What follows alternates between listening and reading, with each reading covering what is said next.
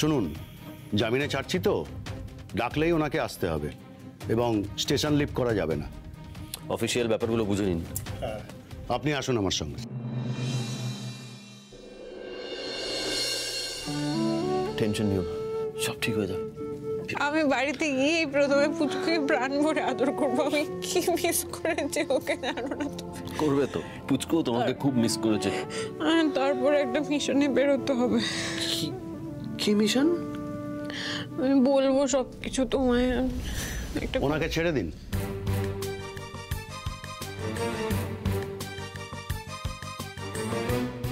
এসো এসো এসো, চলো বাড়িতে চলো। তার আগে তুমি কি একটা মিশনের কথা বলছিলে?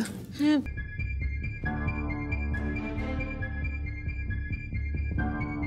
তুমি যাবে তো আমার সাথে সোমরাজ?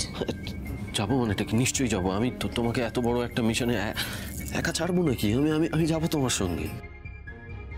চলো বাড়ি যাই। চলো।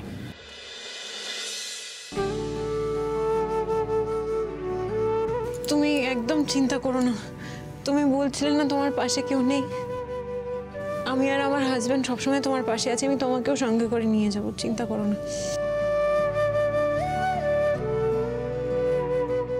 চলো এসো।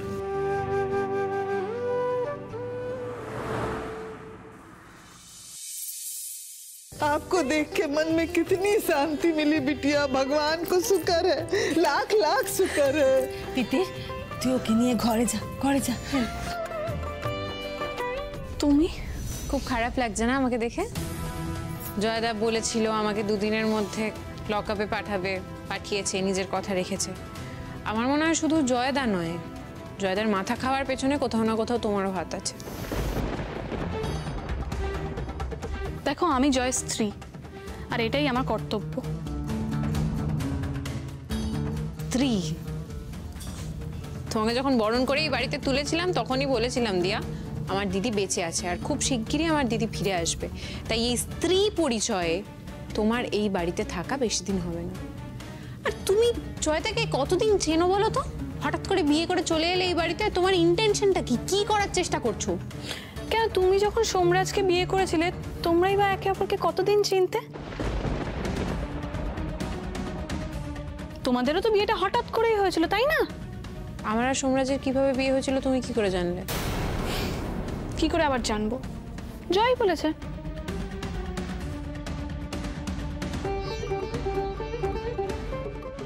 কেন যে আমার বারবার ওকে এত চেনা লাগে? তিয়ার সামনে এলেই কেমন একটা। সেদিন তিয়া ছিঁড়ে বানালো, আমার মুখে জোর করে এক চামচ ঢুকিয়ে দিয়েছিল, রাগের মাথায় নোটিস করিনি। একটু খেয়ে বলো তো কেমন হয়েছে। আমি কিছু খেতে পারবো না। কিন্তু চিড়ের পোলাওটা একদম দিদির হাতের চিড়ের পোলাওয়ের মতো খেতে হয়েছিল। দিদির সঙ্গে কেন যে তিয়ার মিল খুঁজে পাই আমি বারবার। সেই চিড়ের পোলাও, সেই টেস্ট, একই কথাবার্তার ধরন। এমনকি সোমরাজ আর আমার বিয়ে কি করে হয়েছিল সেটা পর্যন্ত টিয়া জানে। ডক্টর বিশ্বাস প্লাস্টিক সার্জন, আর ওই হাসপাতালে দিদি মানে তোর মাসিকে শেষবার দেখা গেছে। কোনোভাবে দিদির প্লাস্টিক সার্জারি করে টিয়া করা হয়নি তো? ওই ডাক্তারের একটা অ্যাপয়েন্টমেন্ট করানোর ব্যবস্থা একজনকে করতে দিয়েছি, কিন্তু সে যে কেন এখনো ফোন করছে না।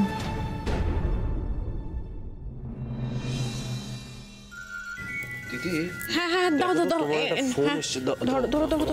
আস্তে আস্তে। হ্যালো, হ্যাঁ কাজ হয়ে গেছে? হ্যাঁ আসছি, আমি আসছি। চলো সোমরাজ, বেরোতে হবে, তোমাকে বললাম না ইম্পর্টেন্ট কাজটা আছে। হ্যাঁ মা একটু ধরো ধরো। মা আমাদের একটু বেরোতে হবে, আমি আর সোমরাজ একটু বেরোবো। এই তো এলি, আবার কোথায়? একটু দরকার আছে, দরকার আছে, খুব দরকার আছে। চলে আসবে তাড়াতাড়ি। সাবধান। হ্যাঁ, দিদিরকে কে ফোন করেছিল? কিসের আওয়াজ? কি বৃত্তান্ত?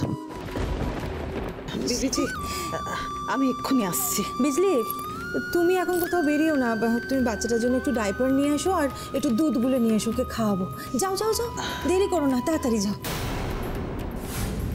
দূর, সব ব্যাপারে এত ব্যাগরা দেয় না। কোথায় গেল দিদিরা?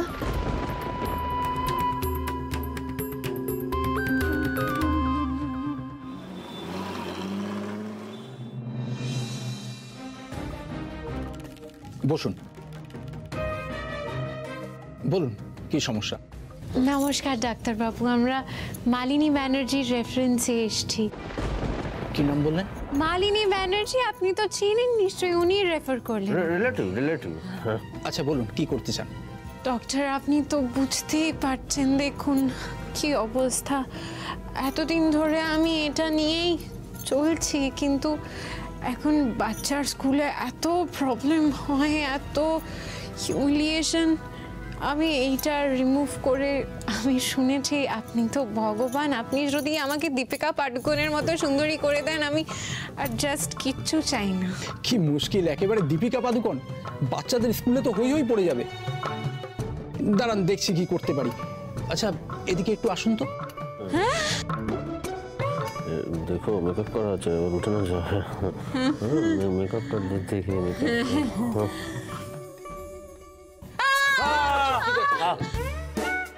খুব ব্যথা, খুব ব্যথা। কি বলবো ডক্টর, যদিও দেখে বোঝা যায় না, আমার অনেকটাই তো বয়স হয়েছে, দাঁতে একটু প্রবলেম হচ্ছে কিছুদিন ধরে, খুব ব্যথা। হ্যাঁ হয়ে যাবে। একদম দীপিকা পাডুকোনের মতো না? না তা হয়তো হবে না, তবে আপনাকে আপনার মতন সুন্দর করে দেবো। বেশ তাহলেই হবে। কত টাকা লাগবে? দেখুন এটা তো অনেক বড় সার্জারি, এই 20 লাখের মতন। 20 লাখ? এত বাজেট? দেখুন নতুন মুখ, নতুন জন্মের মতন, এটুকু তো লাগবেই। এবার দেখুন আপনারা কতটা কি পারবেন।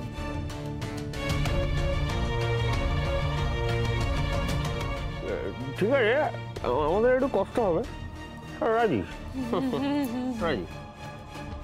ডক্টর, আপনি যদি আমাদের একটু ছবি দেখাতেন আমাদের খুব সুবিধে হতো, কারণ এতগুলো টাকার ধাক্কা বুঝতেই পারছেন। আপনার নাম ডাক নিয়ে আমার কোনো প্রশ্নই নেই, প্লাস মালিনী ব্যানার্জি পাঠিয়েছেন।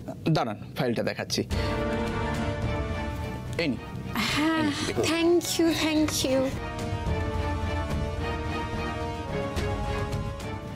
দেখুন এর আগে এরকম ছিল, এখন এরকম হয়েছে।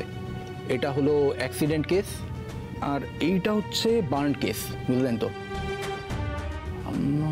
আর এই যে ভদ্রমহিলা, ইনি এনার নাক নিয়ে কিন্তু প্রচুর ওয়ারিড ছিলেন, 3বার নাকের সার্জারি করিয়েছেন। নাইস। বলছি ডক্টর, আপনি মালিনী ব্যানার্জির বৌমার সার্জারি করেছিলেন না? হ্যাঁ, ওনার ছবি যদি একটু দেখাতেন তাহলে খুব সুবিধে হতো। আর অ্যাকচুয়ালি আমরা এতবার ওনাকে চোখের সামনে দেখেছি, আই রিমেম্বার হার ফেস, তো এখন কেমন দেখতে, মানে বুঝতে সুবিধে হতো আর কি। আপনাকে এসব কে বললো? মালিনী ব্যানার্জি, অবভিয়াসলি মালিনী ব্যানার্জি বলেছেন। সেই জন্যই তো আপনার কাছে আসা, যদি ওনার ছবিগুলো একটু দেখাতেন তাহলে খুব সুবিধে হতো। উনি অ্যাকচুয়ালি আমাদের এত ক্লোজ, আপনি যদি কিছু মাইন্ড না করেন তাহলে যদি একটু দেখান ছবিটা। না এটা আমার এথিক্সে আটকে যাবে।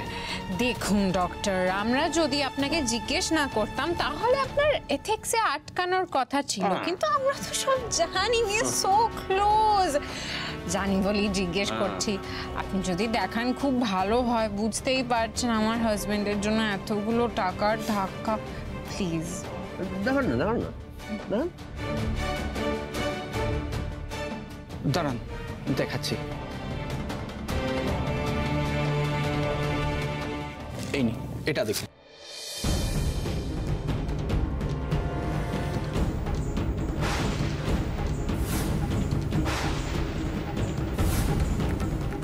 আগে এইরকম অবস্থা ছিল, আমি এখন এরকম করেছি। ইনি হলেন মালিনী ব্যানার্জির ছেলের বউ। তবে ওনাকে যখন নিয়ে আসা হয়েছিল ওনার মুখ কিন্তু একেবারে থেতলে গেছিল। এখন আমার হাতের জাদুতে এরকম সুন্দরী হয়ে উঠেছে। হ্যাঁ, বুঝতেই পারছি। আচ্ছা, এক্স্যাক্টলি কি হয়েছিল? দেখুন তা ঠিক বলতে পারবো না, অ্যাক্সিডেন্ট বোধহয়। আপনারা মালিনী ব্যানার্জির এত পরিচিত, তাই কিন্তু আমি এত কথা বললাম। আচ্ছা ছবিটা দিন। হ্যাঁ, এইসব নিয়ে আপনি একদম চিন্তা করবেনই না। আচ্ছা ডক্টর, আমি যেটা নিয়ে একটু কনসার্ন ছিলাম, বলছি এইসব পার্মানেন্ট তো, মানে এর পরে কোনো সার্জারির পরে অসুবিধা হবে না তো? কি যে বলছেন, দীপিকা পাদুকোন থেকে দুম করে আলিয়া ভাট হয়ে যাবেন, তা হয় নাকি? মালিনী ব্যানার্জির ছেলের বউরে তো আমি অপারেশন করিয়েছি, আপনি ওনাকে গিয়ে জিজ্ঞাসা করুন না কোনো রকম অদল বদল হয়েছে কিনা। ও এক্স্যাক্টলি কতদিন আগে হয়েছে? দেখুন না, এগুলো কিন্তু পার্সোনাল ডিটেলস। না মানে বুঝতেই তো পারছেন অনেকগুলো টাকার ব্যাপার, তো আপনি যদি মানে না বলেন আর কি কতদিন আগে হয়েছিল, তাহলে আমরা কি করে বুঝবো বলুন তো? মানে সামনে তো কোনো উদাহরণ নেই, তাই না? সেই জন্য বলছি আর কি। এই ধরুন দোলের কিছুদিন পর পরই আর কি। তার মানে তো অনেক দিনই হয়ে গেছে, অনেক দিন আগে হয়ে গেছে। তবে হাত জসটা ভাবতে পারছেন তো? দেখুন, তা আপনারা কবে অপারেশন করাচ্ছেন? আমাকেও তো প্রিপারেশন নিতে হবে, তাই না? এই তো নেক্সট মান্থেই। আসলে টাকা পয়সার ব্যাপার বুঝতেই তো পারছেন না, আমরা জোগাড় করেই চলে আসবো নেক্সট মান্থেই, শিওর। হ্যাঁ হ্যাঁ শিওর।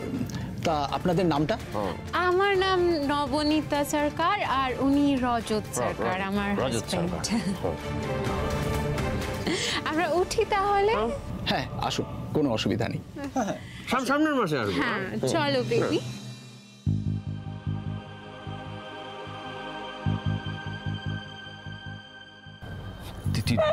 তিথি শান্ত হও, সামলাও নিজেকে। আমি ভাবতে পারছি না সম্রাট, আমি আমার দিদিকে খুঁজে পেয়েছি ফাইনালি। আমার দিদিকে আমি খুঁজে পেয়েছি। তিয়াই আমার দিদি তো। আমার প্রথম দিন থেকে সন্দেহ হয়েছিল। দেখো সব হিসেব মিলে যাচ্ছে। দোলের দিন থেকে দিদি মিসিং, আর দোলের পরেই অপারেশন হয়েছে। আমার প্রথম দিন থেকে সন্দেহ হয়েছিল। ওই দিয়া যখন প্রথমবার এসেছিল না, রুমালটা পড়ে গিয়েছিল, আমি যখন ওর হাতে রুমালটা তুলে দিলাম, এটা আপনার? ও হ্যাঁ, আমার গায়ে কিরকম একটা কারেন্ট খেলে গিয়েছিল। তারপর ও চিকের পোলাও বানালো, আমাকে জোর করে খাইয়ে দিয়েছিল। তখন আমার বারবার ওর সামনে দাঁড়িয়ে মনে হচ্ছে আমার খুব চেনা কেউ।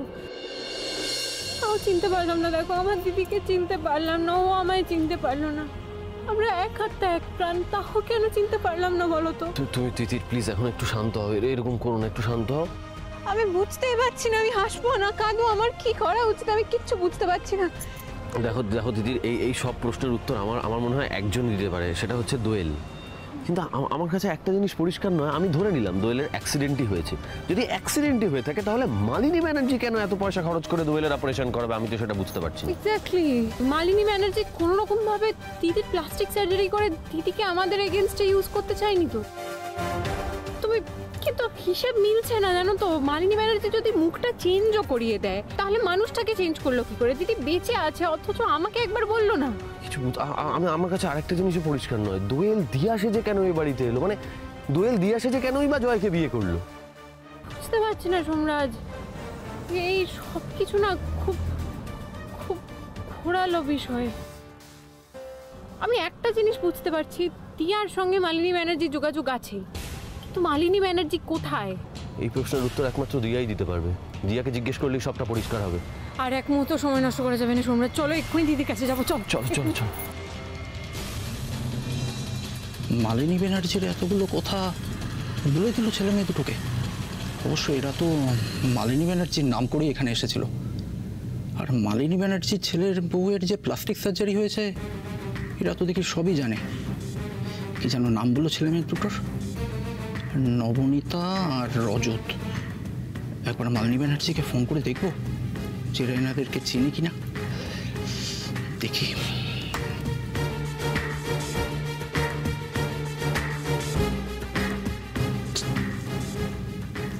মালিনী ব্যানার্জি তো ফোন ধরলো না, তাহলে একটা মেসেজ করে রাখি। জরুরি কথা আছে, ফোন করবেন।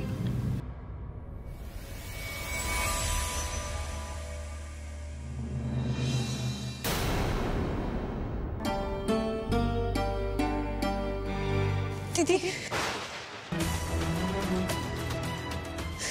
এই আমার পারমিশন ছাড়া আমার ঘরে ঢুকবে না প্লিজ। তোকে আমি তোকে চারিদিকে কত খুঁজেছি, আমি তোকে এত খুঁজে বেড়াচ্ছি, আর তুই আমার থেকে লুকিয়েছিলি কেন? এরকম করেছিস বল? কি কি ফালতু কথা বলছো? আমি তোমার দিদি ফিরি নই, প্লিজ।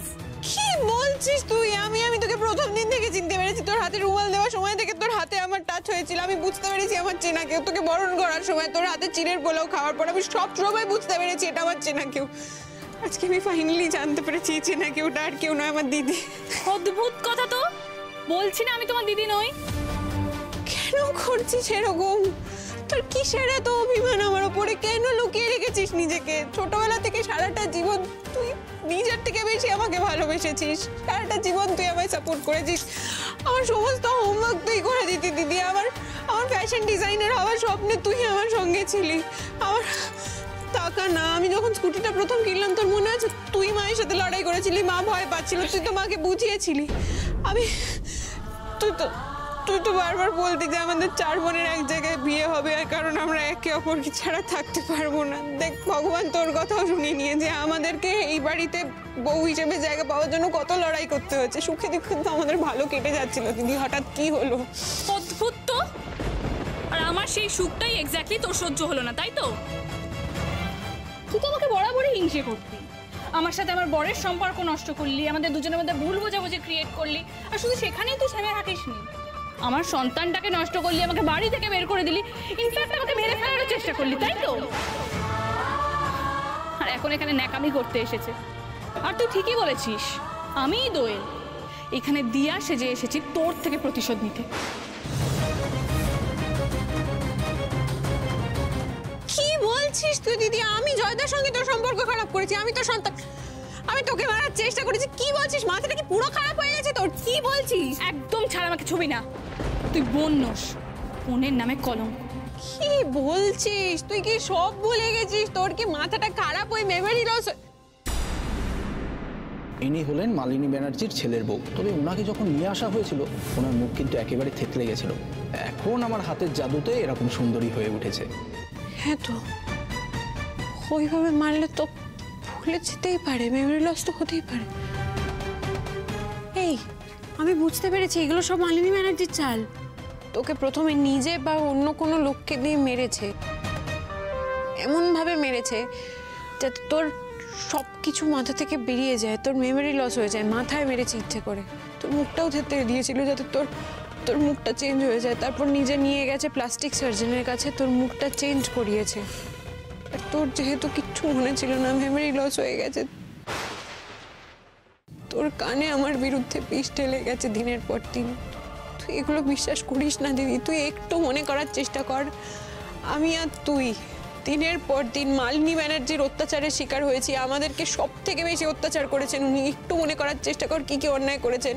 সবার উপর অন্যায় করেছেন উনি। প্রথম দিন মনে আছে আমরা দুজন যখন এই বাড়িতে প্রথম আসি, তখন আমাকে আর তোকে দিয়ে নিজের পা ধুইয়েছিলেন উনি, এই ঘর মুছিয়েছিলেন। তারপর জয়দার সঙ্গেও সম্পর্কটা উনি খারাপ করেছেন। জয়দার অন্য মেয়ের সাথে সম্পর্ক আছে এই সন্দেহটা তোর মনে ঢুকিয়েছিলেন। জয়দাকে বুঝিয়েছিলেন তোর অন্য ছেলের সঙ্গে সম্পর্ক আছে, সেই জন্য তোদের মধ্যে ঝামেলা হয়েছিল, সেটা মিটেও গেছিল।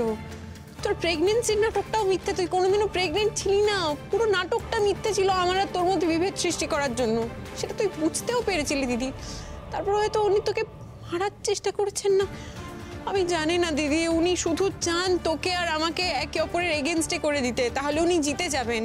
আমাদের দুজনের মধ্যে বিভেদ সৃষ্টি করলে উনি সবটা পেয়ে যাবেন। মালিনী ব্যানার্জিকে এভাবে জিততে দিস না। একদম চুপ। আর একটা কথা শুনতে চাই না আমি। তোর পাতা ফাঁদে আমি কিছুতেই পা দেব না। আমি বুঝতে পারছি তোর সাথে নিশ্চয়ই মালিনী ব্যানার্জি যোগাযোগ আছে, তোকে এই পট্টিগুলো পড়াচ্ছে দিনের পর দিন। মালিনী ব্যানার্জি একটা কালকে উঠে দিতি, ওকে এভাবে ছেড়ে রাখা যাবে না। একদিন এমন আসবে তোকে, আমাকে, জয়দাকে, সোমরাজকে, সবাইকে এই বাড়ি ছাড়া করবে, এই সংসারটাকে তছনছ করে দেবে, সব শেষ করে দেবে, সব মানুষকে। দিদি প্লিজ আমায় বল মালিনী ব্যানার্জি কোথায়? এই দিদি বল না, আমার ওপর রাগ করে থাক, তুই বল মালিনী ব্যানার্জি কোথায়? মালিনী ব্যানার্জি কোথায়?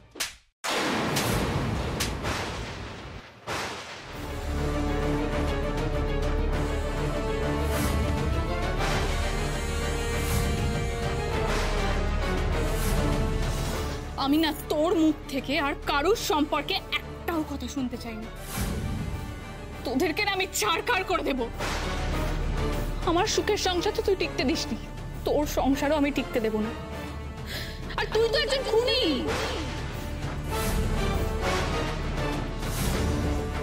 আমি তোর মুখও দেখতে চাই না, বিশ্বাস কর। তুই আমাকে খুন করার চেষ্টা করেছিলিস, সেখানে সফল হসনি বলে আমার সন্তানকে খুন করেছিস। তুইও তো মা, তাই না? আমি তোকে অভিশাপ দিচ্ছি, তোর সন্তান তোকে কোনোদিনও মা বলে ডাকবে না।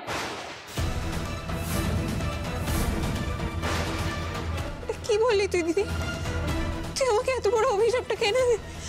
অভিশাপ আমায় দিস না, আমাকে এরকম অভিশাপ। এক্ষুনি আমার ঘর থেকে বেরিয়ে যা, বেরো।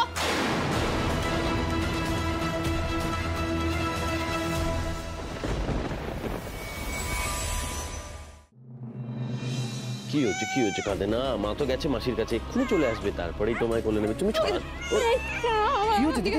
আমাকে মা বলে ডাক, আমাকে মা বলে ডাক, আমাকে মা বলে ডাক একবার। কি হয়েছে? আমাকে মা বলে ডাকছে না কেন? ডাক না, আমার মা বলে ডাক। তিতির ওর তো বয়স হয়নি মা বলে ডাকার। আমাকে মা বলে ডাকছে না, দিদি আমায় অভিশাপ দিয়েছে সম্রাট। ও আমায় কোনোদিনও মা বলে ডাকবে না, আমি নাকি ওর মা ডাক কোনোদিনও শুনতে পাবো না। আমি দিদি ভাবছে যে আমি নাকি সব করেছি, আমি দিদিকে মারার চেষ্টা করেছি, আমি দিদির সন্তানকে মেরেছি, আমি জয়দার সঙ্গে দিদির সম্পর্ক খারাপ করেছি, সব কিছু আমি করেছি। আর আমি যখন একটা কথা বলতে গেলাম তখন দিদি আমার গায়ে হাত তুললো। দিদি সব ভুলে গেছে সম্রাট, দিদির কিচ্ছু মনে নেই, দিদিকে মালিনী ব্যানার্জি ভুল বুঝিয়ে রেখেছে, আমার গায়ে হাত তুললো আমার দিদি।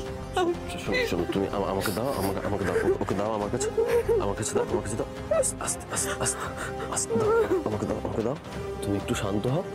দেখো, তুমি তো বুঝতে পারছো দোয়েল এখন স্বাভাবিক অবস্থায় নেই, ওর মানসিক স্থিতি ঠিক নেই, সেই জন্যই ও এরকম কাজকর্ম করছে। এগুলো তো তোমাকে বুঝতে হবে, বলো। তুমি একটু সময় দাও দিদি, দেখবে সব ঠিক হয়ে যাবে। তুমি এরকম করো না প্লিজ, একটু শান্ত হও, এরকম করো না। তুমি এত মাথা গরম করো না, এরকম পাজলড হয়ে যাও না, সবটা ঠিক হবে। করছি না সম্রাট, আমি মাথা গরম করছি না, কিন্তু আমি দিদিকে কি করে এই অবস্থা থেকে বের করবো বলো তো? দিদির কিচ্ছু মনে নেই, দিদি পুরো মালিনী ব্যানার্জির হাতের মুঠোয়।